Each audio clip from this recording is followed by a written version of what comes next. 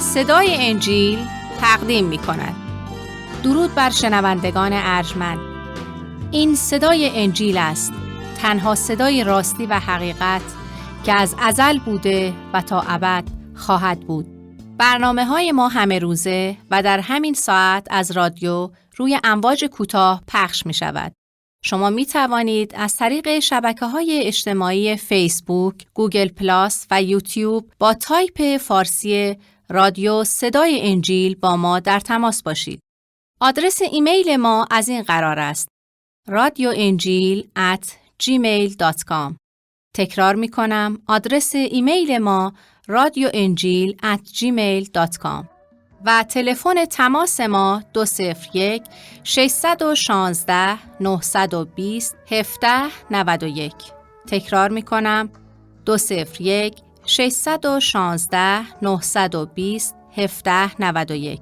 از شما دعوت می کنیم که به برنامه این ساعت صدای انجیل توجه فرمایید. زندگی و تعلیمات عیسی مسیح، برنامه از صدای انجیل.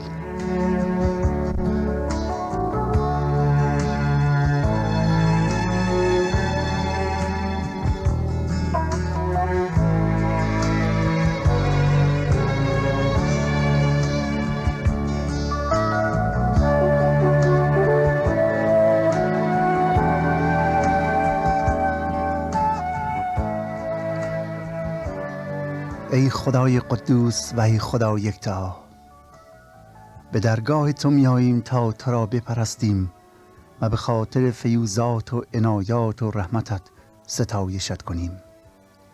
سپاس بر تو باد ای خدای مهربان که بندگان گناهکار و خاطی خود را فراموش نکرده و از درگاهت بیرون ننموده ای، بلکه آفتاب رحمت خیش را بر ما تابانده و باز ما را دعوت میکنی که توبه کنیم و به سویت باز آییم.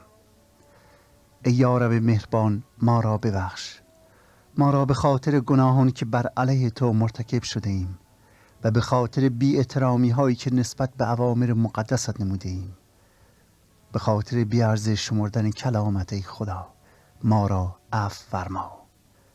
ما را به خاطر ظلم و ستم هایی که به هم نوعان خود کرده ایم، به خاطر حرفای زشتی که از دهانمان صادر شده و به خاطر افکار ناپاکی که در سر پرورانیده ایم و به خاطر غرور و خودخواهیامون و به خاطر قضاوت‌های بی جایمون، ای خداوند تمنا می‌کنیم که ما را ببخش، زیرا می‌دانیم که تو داور عادل هستی و ما را داوری خواهی کرد و می‌دانیم که اگر در گناه باشیم از تو دور شده و در عذاب جهنم خواهیم افتاد. پس خدایا دعای ما را بشنو و بر ما ترحم فرما و ما را به خاطر رحمت و فیض خودت که در عیسی مسیح به ما آشکارا عطا کرده ای ما را ببخش. ما را نه به خاطر خودمون بلکه به خاطر او که پاک و مقدس و مهربان و بخشنده است ببخش، تا دائما نام مقدست را حمد و سپاس گفته و نام تو را به دیگران اعلام نماییم و برای تو زندگی کنیم. این تمنا را به نام عیسی مسیح زنده، یگانه منجی بشریت می طلبیم. آمین.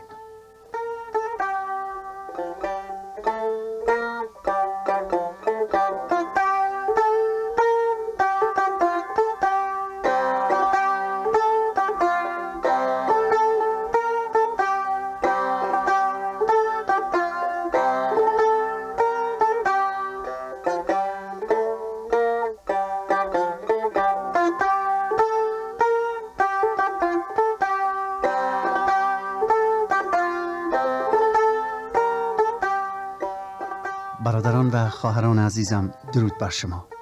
امیدوارم که این روز را در پاکی دل و ایمان به حق به سر آورده و برکات خدا را نصیب خود نمایید. خدا را شکر که این فرصت را به ما عنایت فرموده تا با شما حق جویان عزیز باشم و از کلام مقدسش، زندگی و تعلیمات عیسی مسیح، این نجات دهنده بشریت و یگانه امید انسانها را بخونم و زندگی او را که نمونه و الگوی مقبول پسند خداست و برای ماست مورد بررسی قرار بدهیم تا خود را آماده سازیم برای آن روز معین، یعنی روز داوری که او می آید تا بر جهان و جهانیان داوری کند. در ادامه مطالعه زندگی و تعلیمات منجی عزیز خودمان توجه خود را معطوف به فصل 25 از انجیل مقدس نموده و آیات این بخش از کلام خدا را غذای روح و جان خود می کنیم. شاگردان عیسی مسیح در فصل 24 آیه 3 سوال کرده که خداوندا نشان آمدن ثانوی تو به این عالم و همچنین انقضای این جهان چه می باشد؟ و عیسی مسیح در فصل 24 و 25 آنان را با علائم ظهور ثانویش و انتهای عالم آشنا می سازد و می گوید اگرچه جز خداوند یکتا روز و ساعت ظهور ثانوی او و انتهای عالم هیچ کسی دیگری اطلاع نداره، ولی علائمی که به شما می دهم شما را یاری میده تا بدانید که زمان آخر بسیار نزدیک بلکه بر در است. و می‌فرماید همونطوری که از درخت انجیر که برگ می‌دهد و شکوفه می‌آورد می‌توانید حدس بزنید که تابستان نزدیکه، به همین نحو وقتی می‌بینید که این اتفاقات به وقوع می‌پیونده بدانید که ظهور من به این عالم و انتهای عالم نزدیک است.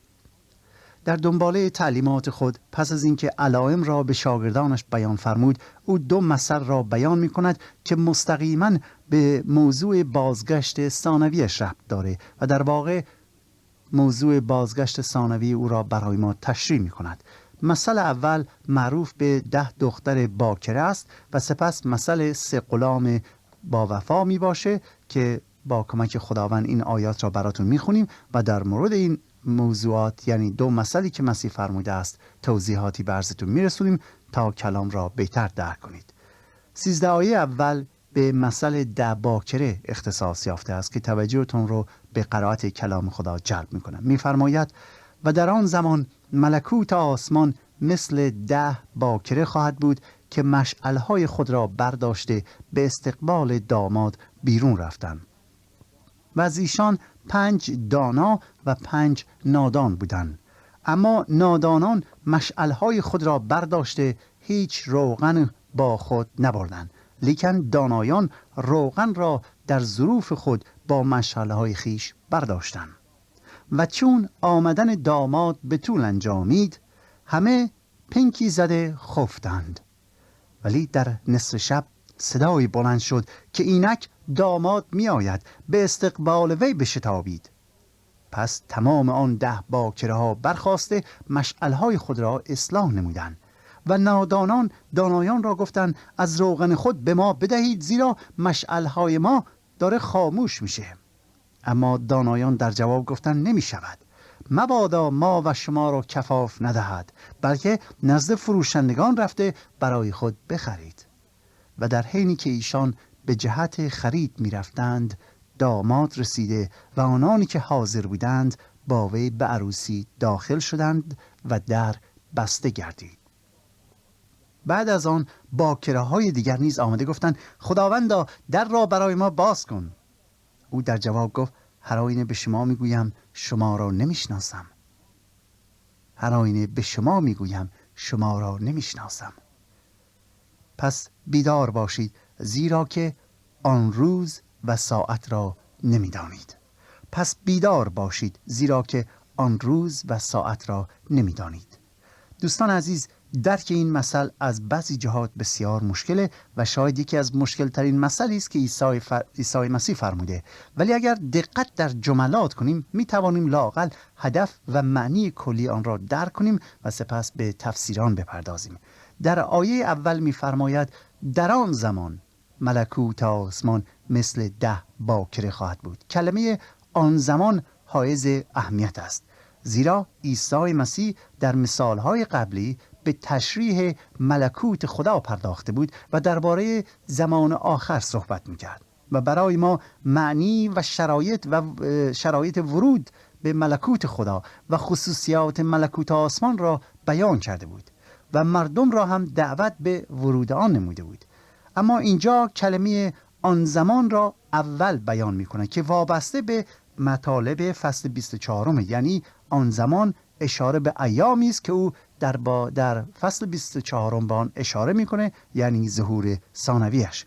بنابراین آنچه که عیسی مسیح میخواهد در اینجا به ما بگوید در واقع بازگو کننده موقعیت زمان آخر و یا زمانی که او برای داوری و سلطنت الهی خواهد آمد می باشه. او میگوید در آن زمان، دقت کنید، در آن زمان، نه حالا. مطلب دوم در آیه 13 است که هدف و علت این مثل را برای ما بازگو می کند. خود عیسی مسیح علت را اینطور می گوید: پس بیدار باشید. پس بیدار باشید، زیرا که آن روز و ساعت را نمی دانید. و یا نتیجه این مثل اینه که همیشه شما باید آماده بازگشت من باشید. چرا؟ زیرا نمی دانید که در چه روزی و در چه ساعتی من برمیگردم. بنابراین هدف عیسی مسیح از بیان این مثل اینه که مقدسین و ایمانداران به خود را در یک حالت آماده باش قرار بده تا مبادا از روز داوری و ظهور منجی عزیز و نجات دهنده غافل باشند و سرانجام از سلطنت جاویدانش هم محروم بشن. بنابراین برای درک این مثل باید بدانیم که اول هدف این داستان اینه که ما را هوشیار کند و در ثانی مربوط به زمان آخر، یعنی درست قبل از ظهور مسیح می باشد. درباره معنی آیات دو نظریه است که هر دو را خدمتتون عرض می کنم.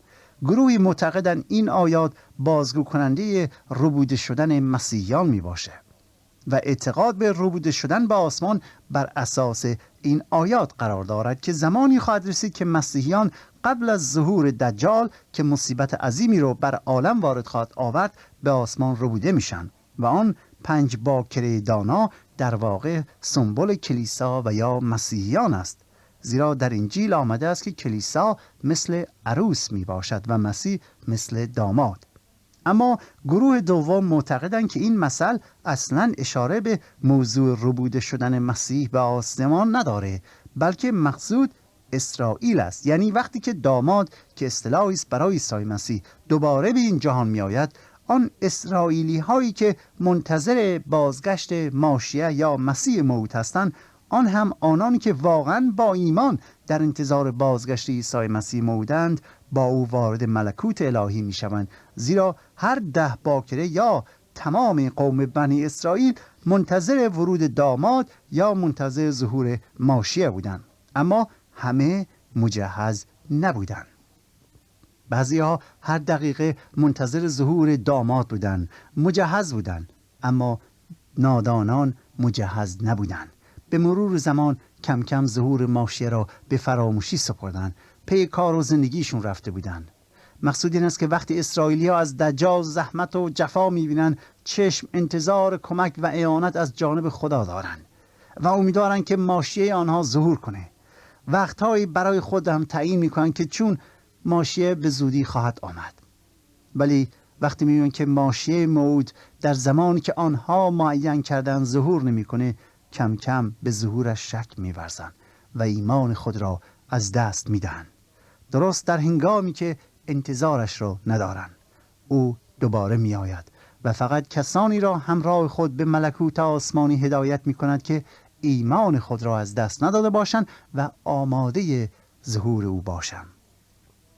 دوستان عزیز، این نکته بسیار واضح است که این مثل در مورد بازگشت ثانوی عیسی مسیح صحبت می‌کنه. شاید امروز باشه، شاید فردا باشه و شاید سال دیگر. باید این را بدونیم که زمان در دست ما نیست و در دست انسان ها نیست. ما نمیدانیم که کی می آید، ولی میدانیم که می آید. بنابراین باید خود را برای ورودش به این جهان آماده سازیم. بایستی خود را برای استقبالش آماده کنیم تا مبادا خدای نکرده مانند آن باکره‌های نادان از حضور با منجی عزیزمان محروم شویم و در جشن شادی سلطنت ملکوتش بی بهره باشیم. دوستان عزیز، ما نه فقط باید هوشیار و بیدار باشیم که روز داوری و ظهور مسیح موعود هر آن ممکن است برسه، بلکه باید در کاری که خداوند به ما سپرده است هوشیار و کوشا باشیم. راستی دوستان عزیز، آیا هیچ می‌دانید که خداوند مهربان نه فقط هدف و مقصودی از خلقت برای شما داره، بلکه به شما نیز مسئولیت و وظیفه عطا کرده و انتظار دارد که شما نسبت به آن وفادار باشید؟ من نمی‌دانم که خدا به شما چه کاری عطا کرده. من نمی‌دانم که خداوند چه عطیه‌ای به شما داده. چرا شما را خلق کرده. ولی اگر شما هنوز نتوانستید علت را بیابید، دلیلش اینه که با او در تماس نیستید و یا از او نپرسیدید و یا طالبان نشدید. از خدا نخواستید که خدایا مرا برای چه ساختی و هدف از ساختن من چیه و اینکه از من چه میخوای تا برات انجام بدم. کتاب مقدس صریحاً تعلیم میده که هر کدامیم از ما انسانها برای مقصود خاصی و برای کاری که خداوند برگزیده خلق شده ایم، به وجود آمده ایم و میدانیم که اراده خدا برای ما چیست. میدانیم که خداوند با ما صحبت میکنه. میدانیم که خداوند از ما میخواهد که وفادار باشیم در کار و وظیفه‌ای که به ما عطا کرده. باید کوشا باشیم. مشکلات و دلسردی ها و ناامیدی های زیادی که در دنیا هست سبب میشه که ما گوشمون رو به صدای خدا ببندیم. سبب میشه که دنبال کار خدا نرویم. ولی دوستان عزیز، ما باید استقامت به خرج بدهیم تا ندای آسمانی را بشنویم. هدف و وظیفه‌ای که خداوند به ما عطا کرده است را درک کنیم. حالا شاید بگید که من نمیدانم چیه. بیایید کلام خدا را بخونید. در کلام خداوند وظیفه هر شخصی آشکار شده. چطور؟ چون وقتی که کلام خدا را میخونی، وقتی که خداوند با شما صحبت میکنه و شما با خدا صحبت میکنی، خداوند آن چیزی را که برای تو مهیا کرده است به تو آشکار میکند. گوش کنید به آیات شریف که در واقع ما را به وفاداری نسبت به آن چیزی که خداوند به ما عطا کرده است دعوت میکند. عیسی مسیح میفرماید پادشاهی خدا مانند مردی است که میخواست سفر کند. پس غلامان خود را خوانده تمام ثروتش را به آنان سپرد و به هر یک به نسبت تواناییش چیزی داد. دقت کنید. و به هر یک به نسبت تواناییش چیزی عطا کرد. به یکی 5 کیسه زر و به دیگری 2 کیسه و به سومی 1 کیسه. و پس از آن به سفر رفت. مردی که 5 کیسه زر داشت زود رفت و با آنها تجارت کرد و 5 کیسه زر سود برد. همچنین آن مردی که 2 کیسه زر داشت 2 کیسه دیگر سود آورد. اما آن مردی که 1 کیسه زر به او داده شده بود رفت و زمین را کند و پول ارباب خود را پنهان کرد. بعد از مدت زیادی ارباب از سفر برگشت و با آنها به تسویه حساب پرداخت. کسی که 5 کیسه زر به او داده شده بود آمد و گفت ای ارباب، این 5 کیسه را به من سپرده بودی؟ این 5 کیسه دیگر هم سود آن است. ارباب گفت آفرین ای غلام خوب و امین، تو در امر کوچکی امانت و درستی خود را نشان دادی. حالا من هم کارهای بزرگ را به تو خواهم سپرد. بیا و در شادی ارباب خود شریک باش. آنگاه مردی که 2 کیسه زر داشت آمد و گفت ای آقایم، تو 2 کیسه به من سپردی، این 2 کیسه دیگر هم سود آن است. ارباب گفت آفرین ای غلام خوب و امین، تو در کار کوچکی امانت و درستی خود را نشان دادی و حالا کارهای بزرگ را به تو خواهم سپرد. بیا و در شادی ارباب خود شریک شو. سپس مردی که 1 کیسه بود داده شده بود آمد و گفت ای ارباب، من می‌دانستم که تو مرد سختگیری هستی. از جایی که نکاشته‌ای درو می‌کنی و از جایی که نپاشیده‌ای جمع می‌نمایی. پس ترسیدم و رفتم و طلای تو را در زمین پنهان کردم، امانت تو را در زمین پنهان کردم. بفرما، پول تو اینجاست. 1 کیسه به من دادی، اینم 1 کیسه. ارباب گفت ای غلام بدسرشت و تنبل، تو که میدانستی من از جایی که نکاشتم درو میکنم و از جایی که نپاشیدم جمع میکنم، پس به همین دلیل میباید پول مرا به صرافان میدادی تا وقتی من از سفر برمیگردم آن را با سودش بگیرم. کیسه زر را از او بگیرید و به آن کس که 10 کیسه دارد به او بدهید، زیرا آن کس که دارد به او بیشتر داده خواهد شد تا به فراوانی داشته باشد و آن کس ندارد حتی آنچه را هم که دارد از دست خواهد داد.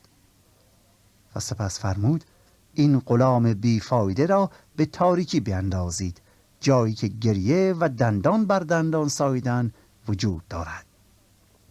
دوستان عزیز، این مسئله که عیسی مسیح میگوید دارای معنی بسیار بسیار عمیقی می باشه و باید بگم که این مثل برای آیندگان گفته شده است، یعنی برای من و برای شما. من و شما جزو یکی از آن غلامان هستیم و البته برای همه کسانی که در آینده تا قبل از ظهور عیسی مسیح در این عالم زندگی خواهند کرد می باشه. مقصود از غلامان همونطوری که گفتم ما انسان ها هستیم و ارباب همان خداوند است که مسئولیت های مختلفی به فراخور حال هر کسی به ما عطا می کند. دقت کنید، به فراخور حال هر کسی به ما مسئولیت میده.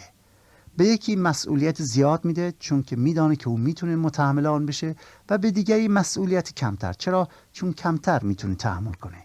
به عبارت دیگر خداوند به مقام شخص اهمیت نمیده. همه ما غلام هستیم، بلکه به وفاداری و کوشش در انجام وظیفه. همونطوری که میبینیم پاداش آن کس که 5 کیسه زر سود کرد و آن کس که 2 کیسه زر سود نمود یکی بود. هر دو آنها به کارهای بزرگتر گماشته شدند. هر دو آنها مقبول پسند اربابشون واقع شدند. هر دو آنها درستکار شدند و هر دو آنها در شادی ارباب یا در ملکوت الهی شریک گردیدند. ولی غلام سوم کسی بود که از استعداد و عطیه‌ای که خداوند به او داده بود استفاده نکرده بود. یعنی آنچه را که خدا به او عطا کرده است آنطوری که باید و شاید مورد استفاده قرار نداد، به کار نبرد و در نتیجه خداوند او را به خاطر عدم کوشش در انجام وظیفه‌اش نکوهش می کند و آن غلام اجازه ورود به ملکوت الهی، به شادی آسمانی دریافت نمی کند. دوستان عزیز، بدون شک خداوند تعالی شما را از برکات سماویش بهره‌مند ساخته. رحمت و الطاف او هر روزه آشکاره، حتی وقتی که خلاف خواسته های او رفتار میکنیم. کتاب مقدس میگوید که هر انسانی فرق نمیکنه که با سواد باشه، بی سواد باشه، تحصیل کرده باشه، تحصیل نکرده، شهری باشه یا اهل ده باشه، جوان باشه یا پیر باشه، زن باشه یا مرد باشه، فرق نمیکنه. هر انسانی در نظر خدا عزیزه، محبوبه و خداوند همه ما را فرداً فرد میشناسه. هر شخصیتی که وجود داره در نظر خداوند عزیز و گرامیه. حالا دوستان، شما باید خودتون بدانید که خداوند به شما چه استعدادی داده. شما منحصر به فرد هستی در چشم خدا. فرق نمی‌کنه که مقامتون چیه. بدانید که در نظر خدا منحصر به فرد هستید، عزیز هستید. شما میدونید که خداوند به شما استعدادی عطا کرده، من نمیدانم. شاید هنری دارید. شما در نظر خدا این را بدانید که شخصیت مهم و مفیدی هستید. خداوند میخواد که شما این شخصیتتون رو برای مقاصد آسمانیش به کار ببرید. شاید پزشک باشید اما از این حرفه خود برای خدمت به فقیران استفاده نمی کنید. شاید تحصیل کرده باشید و دانش زیادی دارید ولی داوطلبانه آن را در خدمت به فقیران به کار نمی برید. شاید مهارت در صنعت و یا حرفه خاصی دارید اما آن را برای خدمت به هم نوع به کار نمی برید. در عوض فقط فکر پول در آوردن هستید. من نمیدانم که خداوند به شما چه استعدادی عطا کرده. من نمیدانم چرا من یا شما در نظر خداوند منحصر به فرد هستیم. ولی دوستان عزیز، هر کسی صاحب یک چیزی است که دیگری نداره. همه ما با هم فرق داریم و این به ما نشان میده که خداوند به هر کسی یک عطیه و یک هنر مخصوصی عطا کرده است که لازم است آن را برای مقاصد آسمانیش به کار ببریم.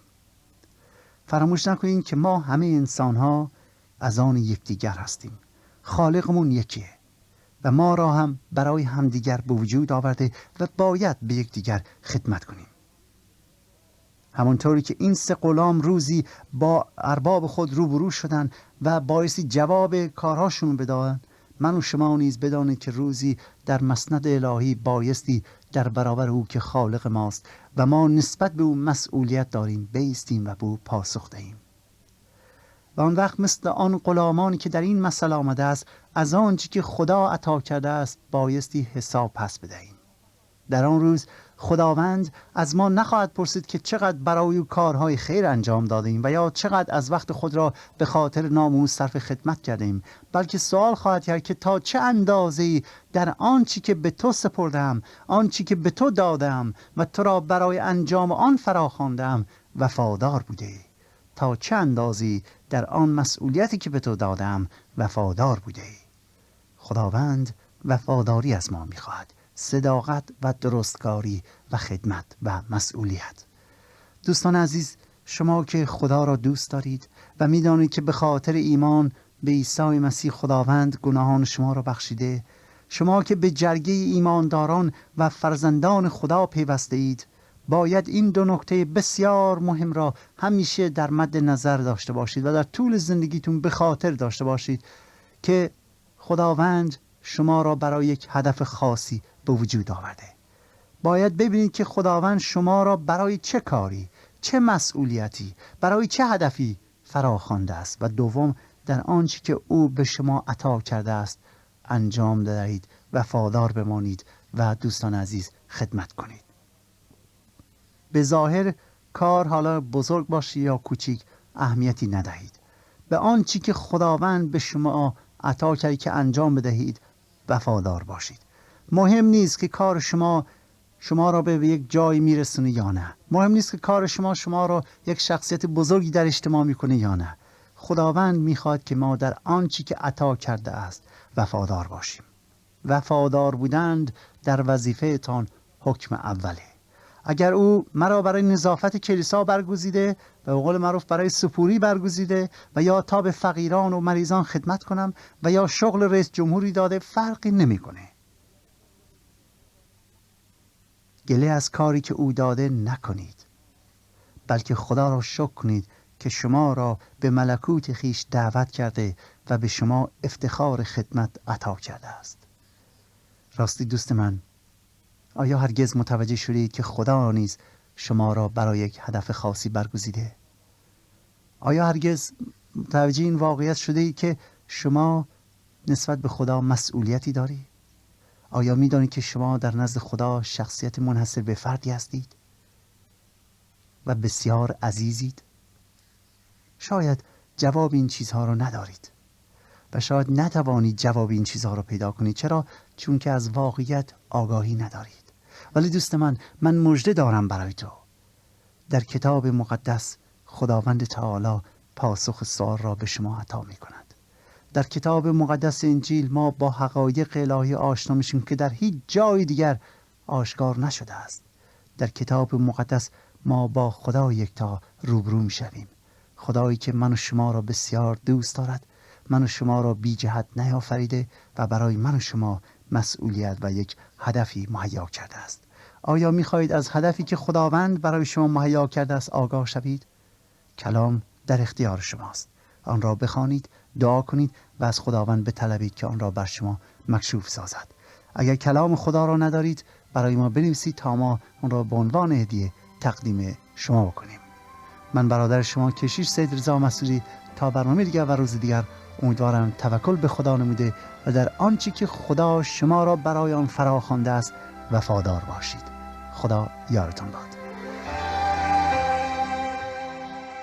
آنچه شنیدید برنامه‌ای بود از رادیو صدای انجیل. خوشحال می‌شویم که با ما مکاتبه کنید و از نشریات و ادبیات ما استفاده نمایید و از طریق شبکه‌های اجتماعی فیسبوک، گوگل پلاس و یوتیوب با تایپ فارسی رادیو صدای انجیل همراه ما باشید. همچنین از طریق تلفن و ایمیل نیز می توانید با ما تماس بگیرید. آدرس ایمیل ما از این قرار است: radioinjil@gmail.com. تکرار می کنم، ایمیل ما radioinjil@gmail.com و تلفن ما 201-616-920-1791. تکرار می کنم، 201-616-920-1791.